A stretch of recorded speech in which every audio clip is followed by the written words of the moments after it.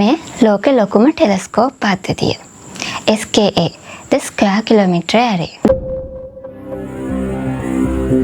දකුණු අප්‍රිකාවේ සහ ඕස්ට්‍රේලියාවේ විශාල ප්‍රදේශයක් පුරා විහිදිලා තියෙන දසදහස් ගාණක් ඇන්ටනා සහ ඩිෂස් එකට එකතු වෙලා හැදුණු මේ ටෙලස්කෝප් එක කවදාවත් නොකරපු විදියට විශ්වය ගවේෂණය කරන්න උදව් වෙනවා. ඊටාම දුර්වල සංඥා පව හසු කරගන්න මේ ටෙලස්කෝප් එකට පුළුවන්. මේකෙන් ගැලැක්සිස් මැප් කරන්න, බ්ලැක් හෝල් ස්ටඩි කරන්න වගේම විශ්වය ගැන ගොඩාක් රහස් හෙළි කරන පල්සර් ස්ටාර්ස් ඩිටෙක්ට් කරන්නත් පුළුවන්. මොනවාද මේ පල්සර් ස්ටාර්ස් කියන්නේ? පල්සර් ස්ටාර්ස් කියන්නේ සුපර්නෝවා පිපුරුමෙන් පස්සේ ඉතුරු වුණ ඊටාම කුඩා, ඊටාම වැඩි ස්කන්ධයක් සහිත අභ්‍යවකාශ වස්තුන් ජාතියක්.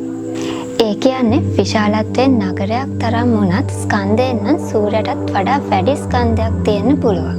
මේවා නියුට්‍රෝන් ස්ටාර්ස් වර්ගයක්. මේ පල්සර් ස්ටාර්ස් නියුට්‍රෝන් ස්ටාර්ස් වලින් වෙනස් වෙන්නේ ඒවායේ චුම්බක ද්‍රව වලින් විශාල එනර්ජි බීම් එකක් නිකුත් වෙන නිසා. සහ මේවා වේගයෙන් භ්‍රමණය වෙනවා. සමහර නියුට්‍රෝන් ස්ටාර්ස් තප්පරයට 100 ගණනින් භ්‍රමණය වෙනවා. මේ කියන්නේ ගෙදර තියෙන ප්ලේන් එකටත් වඩා වැඩි භ්‍රමණ වේගයක් ගැන. ඉතින් මෙහෙම භ්‍රමණය වෙද්දී අර එනර්ජි බීම් නිසා ඇතිවන තරංගවල ස්වභාවය මෙන්න මේ වගේ. රැපිඩ් පල්සස් දැක ගන්න පුළුවන්. මෙන්න මේ නිසයි මේවට මේ නමත් වැටුනේ. සහ මෙන්න මේ නිසාම මේ ස්ටාර්ස් වලට කොස්මික් ලයිට් හවුස් කියන නමත් ලැබිලා තියෙනවා. ඒ විතරක් නෙවෙයි. මේ පල්සස් වල තියෙන නිර්වද්‍ය බව නිසාම ස්පේස් ක්‍රාෆ්ට් වල නැවිගේෂන් වලට උදව් කර ගන්නවා ස්පේස් ක්ලොක්ස් විදියට. ඉතින් මේ SKA ටෙලස්කෝප් එක යොදාගෙන දහස් ගණනින් පල්සර් ස්ටාර්ස් හොයාගන්න පුළුවන්කම තියෙනවා. ඊටාම දුර්වල පල්ස සිග්නල්ස් පවා.